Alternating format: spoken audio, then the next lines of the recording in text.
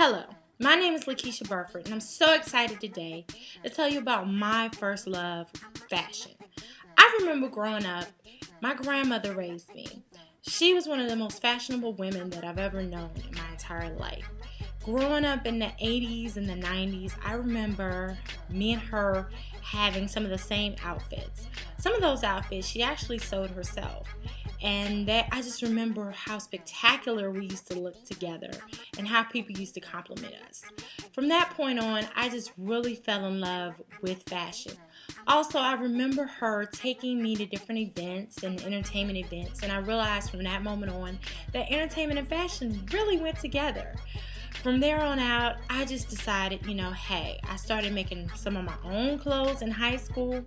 And by the time I can honestly say I went to college, I was so excited about just trying new styles. Now, don't get me wrong, at first it didn't always work, and I got ostracized quite a few times about some of my creations because people couldn't figure out why wasn't I just trying to fit in.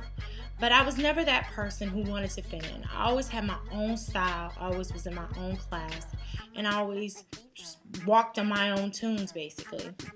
And the funny thing about it is I'm 5'9" and I'm a plus size woman. So it wasn't always easy to create my own styles and wear them with the finesse that I tried to do. I can honestly say I was really excited a lot of the times because I did have a lot of women, plus size as well as small, that would ask me where I got my clothes, where I got my accessories, where did some of my ideas come from. And at first, I was a little skeptical about sharing it, but after thinking about it, I was so excited to just let these women know that, hey, you can have your own style and class and grace as well. So I lived and went to college in North Carolina. I felt that it was time for me to help the masses. So I started out by actually styling and helping a lot of women just understand, hey, have your own style, create who you are. And by doing this, it helped myself in the process. I really understood what it was like to just have and create my own style. And from there on out, I could care less if people ostracized me.